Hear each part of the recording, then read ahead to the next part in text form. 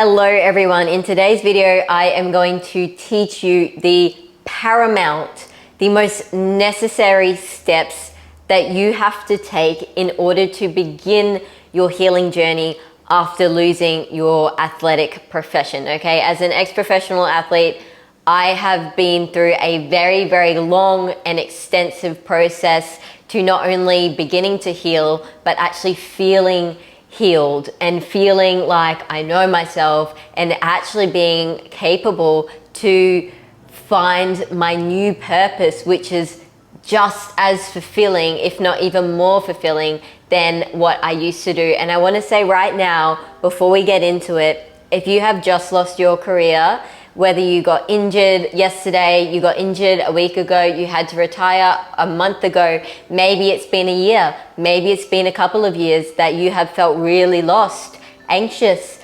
depressed, etc. You are not the only one out there. There are so many people who feel the exact way you do right now, especially as an elite or ex-professional athlete. I really get it.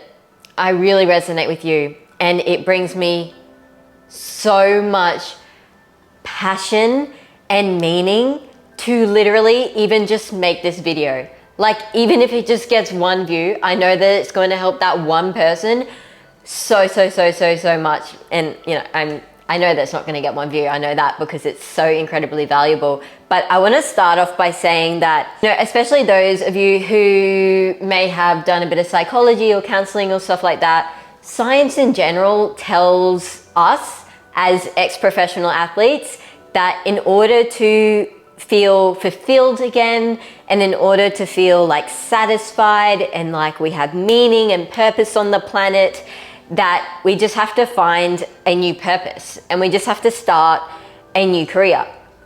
The issue is though that that is not actually healing the root cause of the depths of pain that you feel. It's not actually healing you in any sense. It's actually just a distraction, okay? And if you are an ex-professional athlete, you probably have a natural trait to want to morph yourself into the identity of a different career. Any career, lawyer, content creator, like literally any other career. You will feel the need to morph yourself into that so that you feel like you have purpose and you have meaning and you feel satisfied and you feel fulfilled because you're doing stuff and maybe you're making money or maybe you're helping people or whatever, but deep down you will never truly feel healed till we go to the root cause, we go to the pain. So that's why I'm so passionate about it, and I'm so excited for you to watch this video and gain so much value from it. So to start off with, it's really important that you understand this very message here. What you do or what you did, okay, whatever athletic career you had, whatever that was, it was tied to your sense of worth, to your sense of acceptance, to your sense of credibility, to your sense of even just being, okay? It was tied to your career. And now it still is tied to your career, even though you can't do that career, because it's been tied to your career for so long. It's like a neurological pathway that's been ingrained into your brain. And that's why you feel so low and anxious and depressed or whatever it is that you're feeling, those negative feelings. It's because that tie is still there to your career. And I really understand it and I really get it. And you may, I'm not saying you have, but there is the potential that some of you who are watching this video have actually took that tie and tried to put that tie in a different career and feel like, okay, now that I do this career, now I am worthy and now I have acceptance in this field and now I am credible and now I am successful and now I am productive and all these things.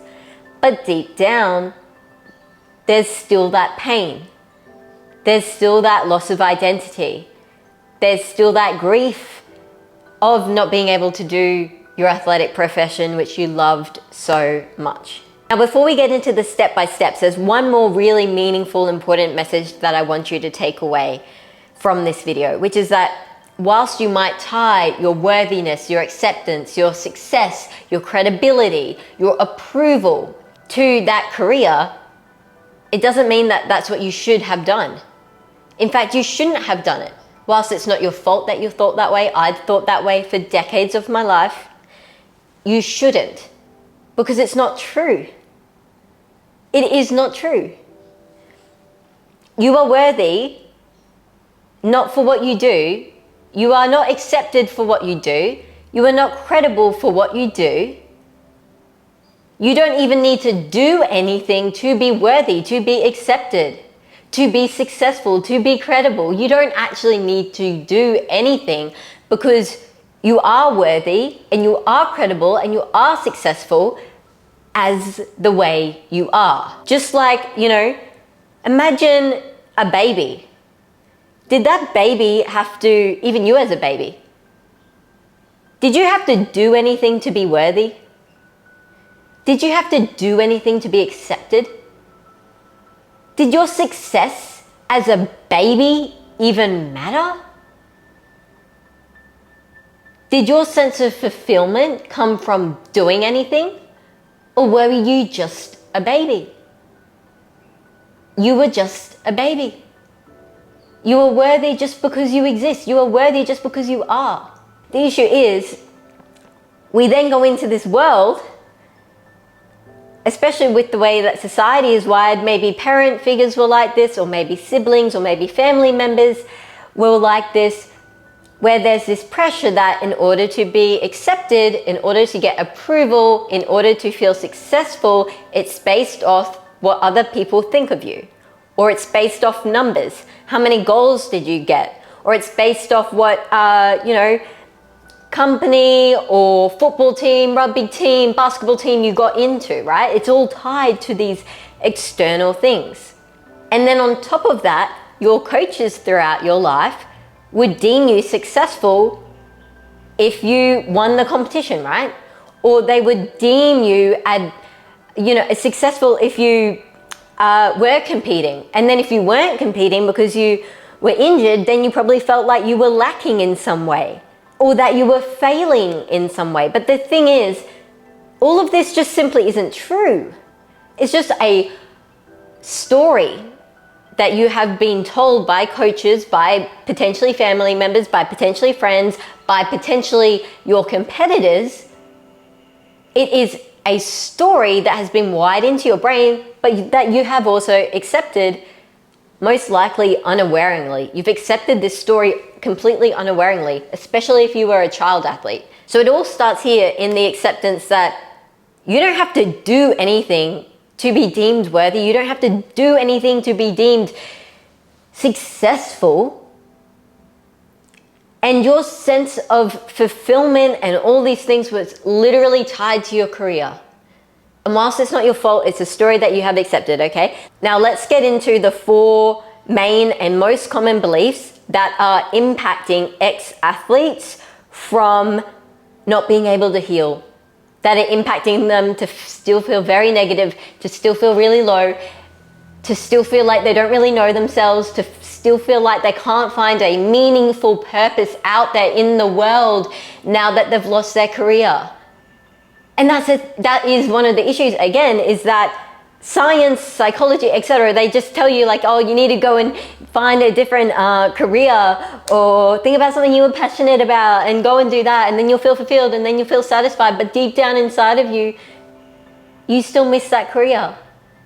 Deep down inside of you, if you're watching this video, it probably doesn't and completely align with you, right? So it actually doesn't start with that. It's starting with these sporting beliefs that have been wired in your brain that are stopping you from beginning your healing journey. But in creating the awareness of these negative beliefs that are stopping you, when we create the awareness, it actually allows you to begin this healing journey. The first one is credibility. Without doubt, beyond doubt, at some point in your athletic career, even before you were professional, you probably thought, if I'm not competing, I'm not legitimate.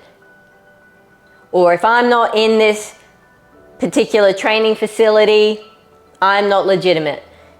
If I'm injured, I'm not legitimate.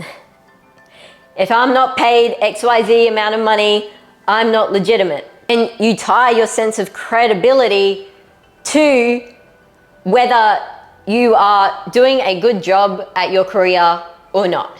And if you're doing a good job, you get praise, you get money, you get medals, you get trophies, maybe you traveled the world for it, maybe you got all these interviews, etc. Maybe you had all these fans that were inspired by you and people who idolized you. And so your credibility was literally tied to whether you were good at your sport or not. And if you weren't good at your sport, or you were injured or whatever happened, then you're not legitimate. Credibility in this case is also tied to your sense of worth, okay? If you're successful, then you're worthy. If you are successful, therefore you get a trophy, and therefore you are worthy of the trophy. If you are successful because you got the rugby ball on the line and you helped the team get the points or whatever, excuse my rugby knowledge, okay? But if you got the ball on the line or whatever it was, or you kicked it through the goals or the hoops, not hoops, sorry, goals. Rugby terminology is not there, okay? But if you did that, you got a point or points, okay? And therefore, you are worthy of the points because of an action that you did. So this also has everything to do with your sense of worth.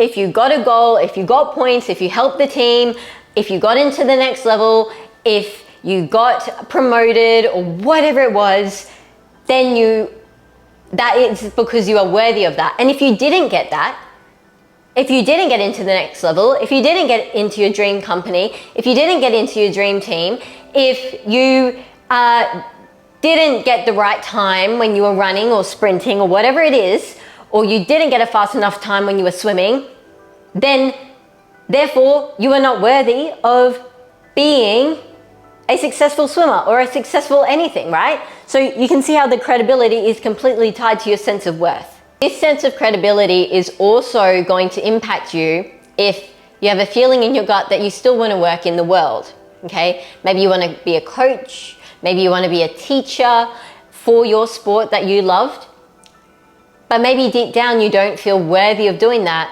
because your career ended early, okay? Or because you constantly got injured. Or maybe you want to start making videos about tips for younger athletes on how to be successful in the year. Maybe you want to make a podcast about all the things that you wish you would have learned and that weren't talked about within your sporting realm, and you feel like, well, no one's going to listen to me anymore because I'm not playing that sport, or I'm not doing that athleticism anymore. And that's tied to your sense of credibility, which in turn is stopping you from starting this healing journey, right? The shift with reference to credibility, I just realized this video is going to be very, very long. The shift to this sense of I'm not worthy because of this, or I'm not credible because of that. The shift is the simple fact that you still and forever will hold so much value because of the journey that you went on and because of the experiences that you had. So much value. Not many people out there actually are successful in the sport that you were successful in at one point in time. It's very difficult to be an athlete. I'm sure you know that. And I'm sure you know within your field how competitive it can be, or how strict or how harsh it can be. And the fact that you were a professional athlete holds immense, undeniable value that you will forever have. Thus, you are still credible to work in the field if you want to. I'm not saying you have to, but you definitely can. And you're definitely worthy of working in that field still, if you want to. Another thing to think about is the fact that, like, you don't have to work in the field, okay, if you don't want to either, okay? If you genuinely want to go study something that you didn't get the chance to study, or I know some ballerinas who have ended up like in the police force and they really have wanted to do that for whatever reason. Just because you are a ballerina, it doesn't mean that you're not worthy of trialing out for the police academy. Okay? Because again, what you do is not tied to your worth. What you do is not tied to your credibility.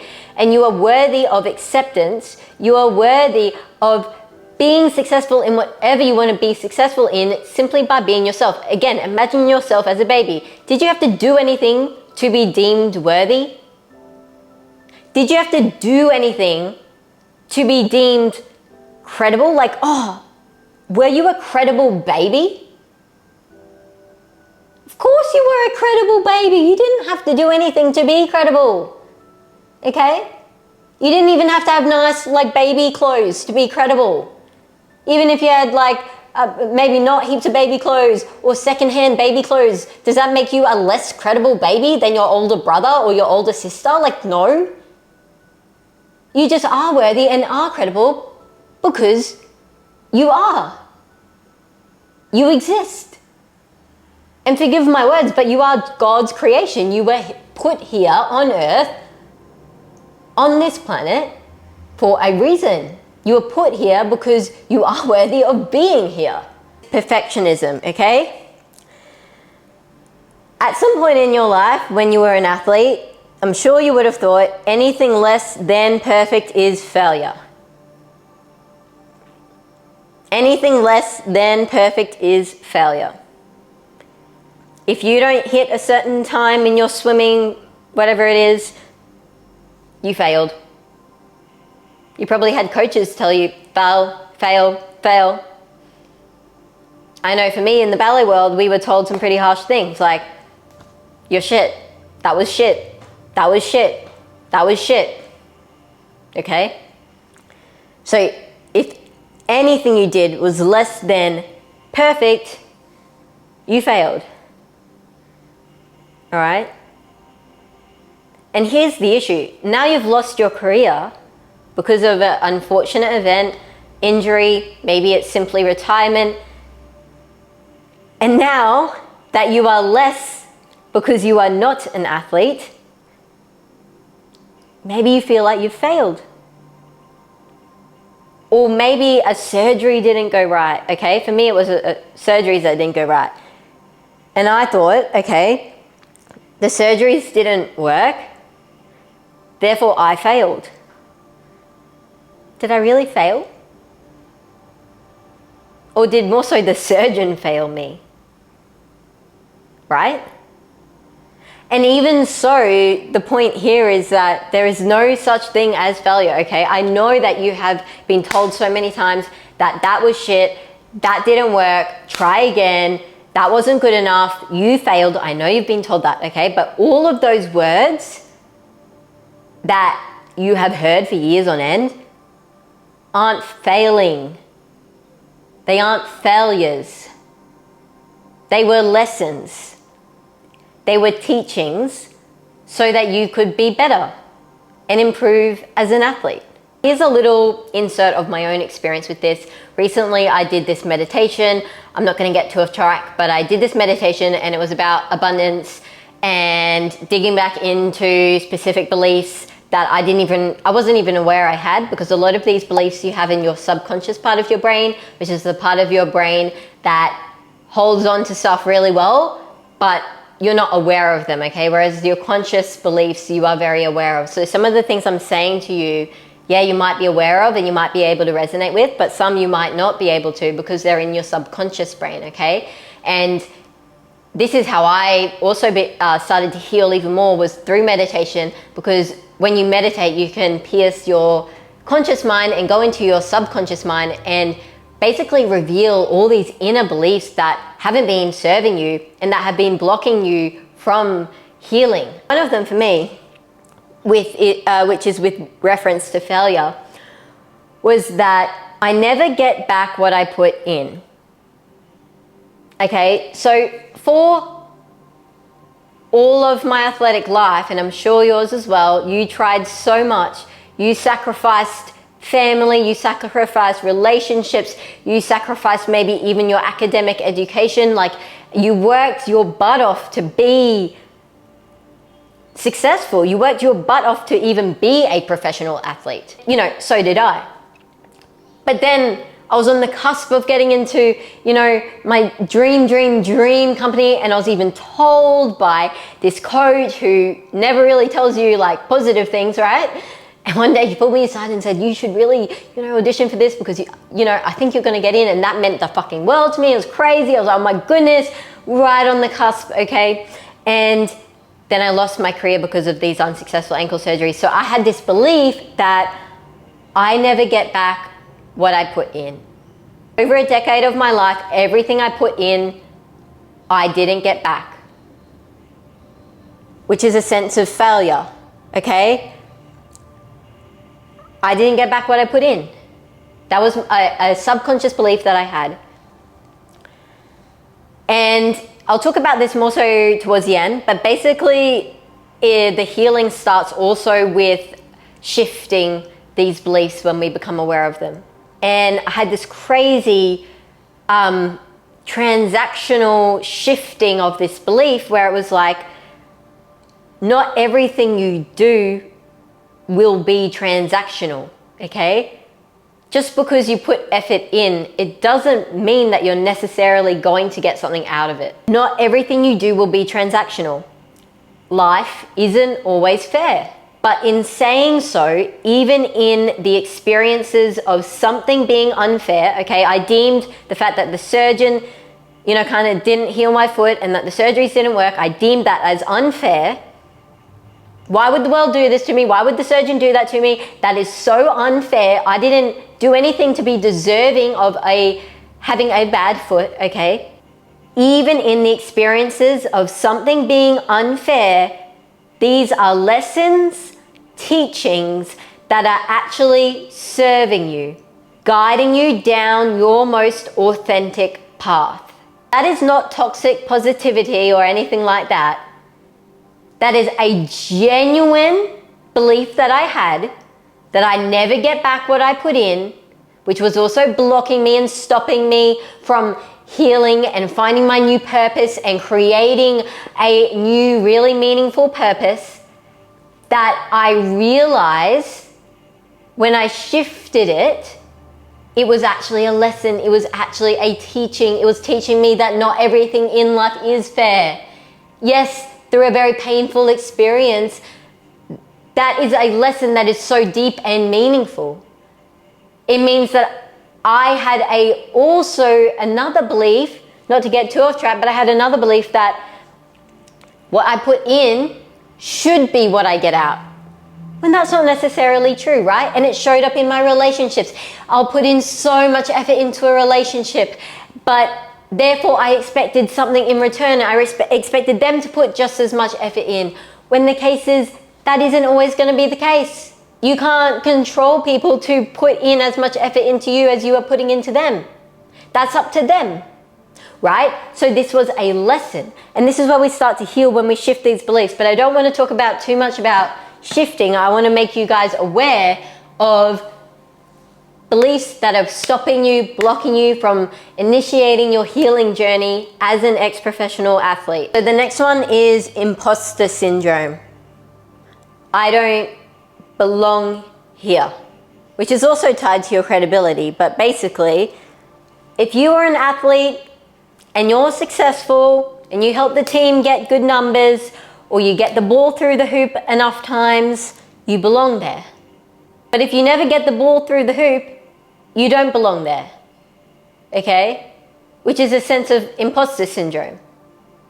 It's kind of like, even like some of my younger brothers, they do water polo right now, right? They're not professional athletes, but I would say they're pretty good, you know, it looks like a pretty hard sport. You know, they have these trials to get into these teams, and if they're not good enough, they're not gonna get into the team, right? And so they probably have the belief that, okay,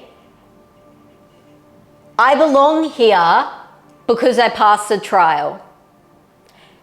But if they didn't pass the trial, then they believe that they don't belong in the team. This is the issue for ex-professional athletes. They step into normal society and all of a sudden they're like, I feel like a fraud. I don't belong here because I'm not, for example, the police force is a great example.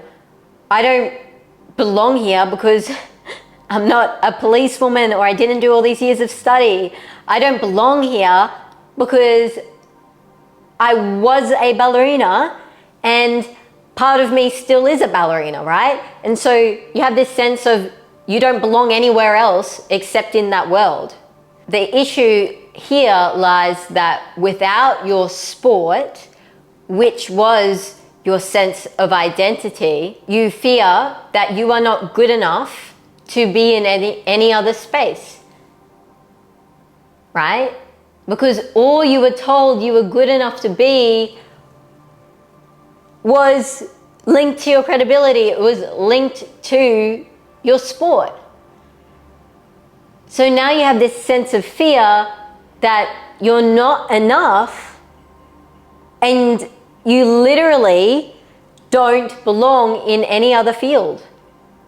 Maybe you feel like you don't even belong in just normal society. Maybe you feel like you don't belong in your home country because you lived overseas. Now, I'm definitely making a lot more videos about this, okay? So if you haven't subscribed already, definitely drop a subscription and a follow to the channel, because I will dive deeper into all of these. But essentially, the shift needed here in terms of your beliefs is simply, just because you're not qualified, it doesn't mean that you don't belong. Remember, what did the baby have to do to belong? Nothing. You don't have to do anything to belong somewhere. One of my favorite ones, because a lot of people have it, is fear, okay? What if I fail outside of sports? Firstly, the only thing you thought you succeeded in was your sport, most likely. I'm not speaking for everyone, but a lot of people. But secondly, you also did fail in your sport because you believe you failed in your sport, because you did have to retire, or some injury happened, something happened, right? Most likely unexpectedly.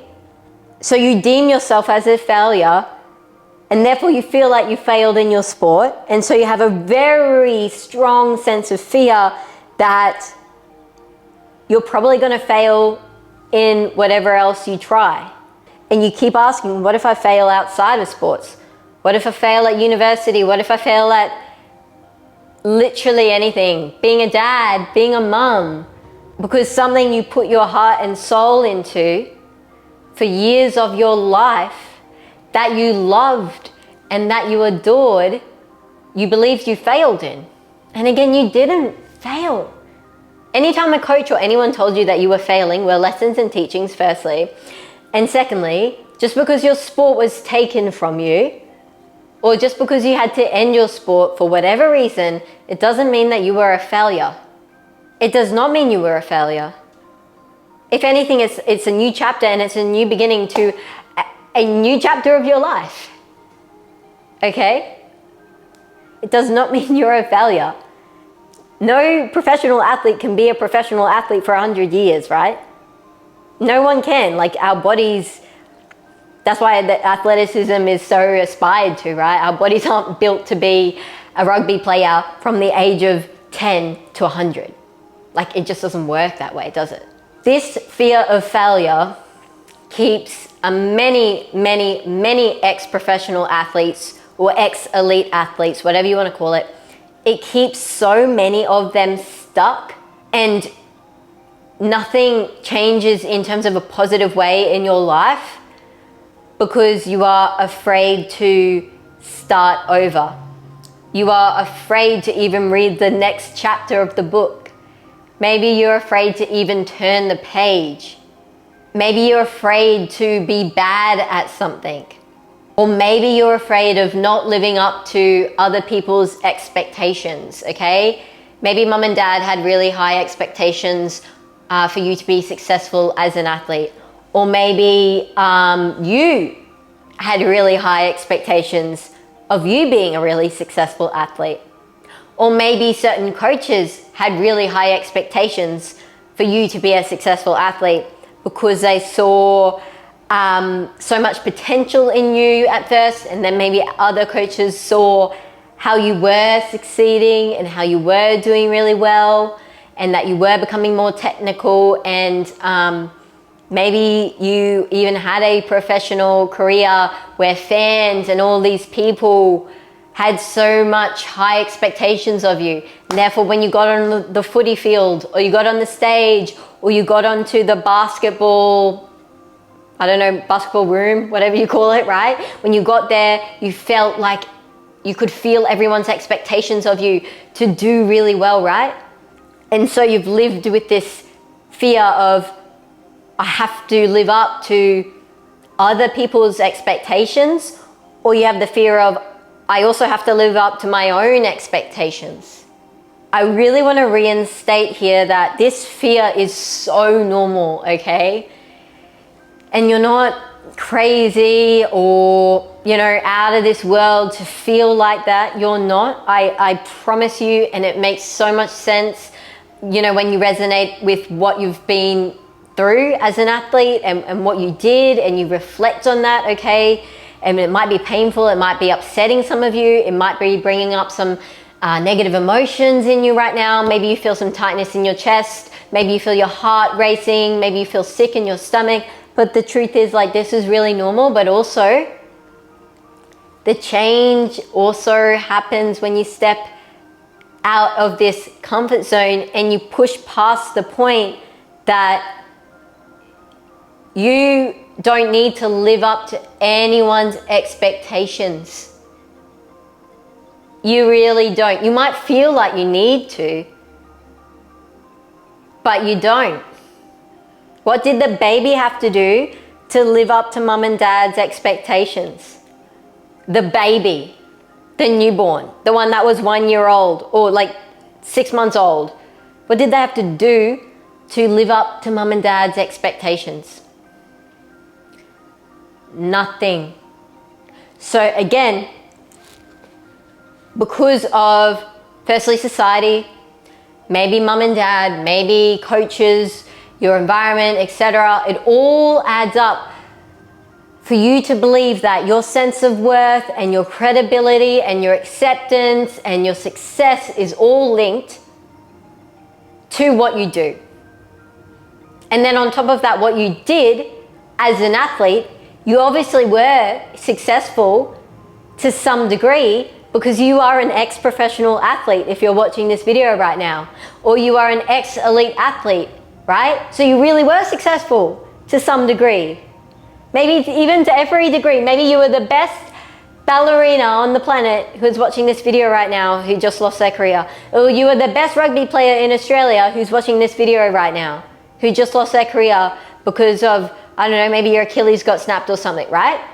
But again, you don't have to do anything to be credible, to be deemed as perfect, to feel like you belong, or to get rid of the fear, or have people, you know, praising you and be like, oh my God, well done, or the crowd like, woo, right?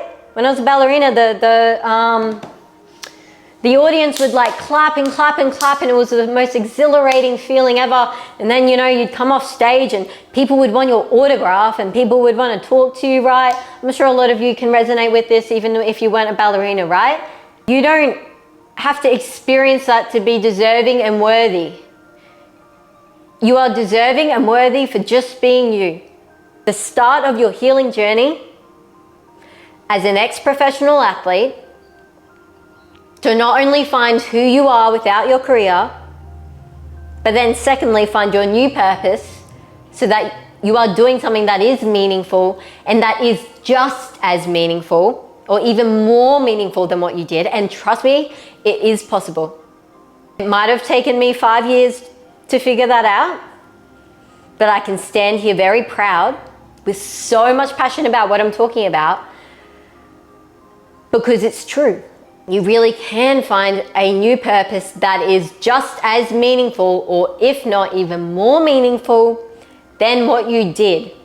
And you can know who you are, and you can wake up every day knowing, loving, appreciating who you are, even if you're injured, even if you can't do that career anymore, even if you don't put on your athlete clothes anymore, even if you live back at home with your mum and your dad, even if now you live in a different country, even if, you know, the people in your athletic world now no longer want to talk to you because you're not an athlete. It is all possible, and you truly, truly, truly can heal. I have created a very specific meditation that will help you, if you are an ex-professional athlete or an ex-elite athlete, to start to dig into what beliefs do you have consciously and more so subconsciously, okay? The beliefs that you're not even aware you have that are holding you back and stopping you from healing so that you can start to heal and you can start to feel better and you can start to feel less anxious and less depressed and less lost, etc. I have created it specifically though for ex-professional athletes, okay? So if that is you and you would like your hands on it, it's completely free, something I'm obviously very genuinely passionate about. So if you send me your email and just pop it in the description below in the comments, potentially I might have a link that you can fill out. But if there's no link, just pop your email address in the link below and I'll send it right through to you. You can listen to it as many times as you want as well. So it's not like going to expire or anything like that. And the last thing I want to finish off with today is just letting you guys know, like the viewers who are watching right now, that I really feel for you. I really, really, really do, because I have felt exactly how you're feeling. I have felt incredibly anxious every single day from the moment I lost my career, which was at the time of filming this video 5 years ago. I have felt very depressed at times.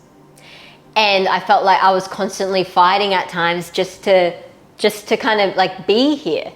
And the more time that went on that I felt lost and that I couldn't find my purpose and that I still didn't know who I was without my career, the worse all of those negative emotions and symptoms got, right? So I really genuinely encourage you to take action now before it does bundle up and get worse by popping your email address below so that I can send that meditation through to you. It is guided, so don't worry, you're not like sitting there just listening to meditation music. It's guided and I'll guide you through all of it step by step. And you also are very much so deserving to initiate your healing journey, okay? And it is one of the most tremendous things you can experience, because literally, I'm sorry I say this on repeat, but I just feel so blessed, and I really do feel just so grateful to have gone through what you're experiencing right now, because it's now led me to this point of finding such deep and true and passionate meaning in my life. But I also have that deep and true passionate meaning in my life in terms of like a career, right? Which is helping ex-professional athletes heal through all of this stuff.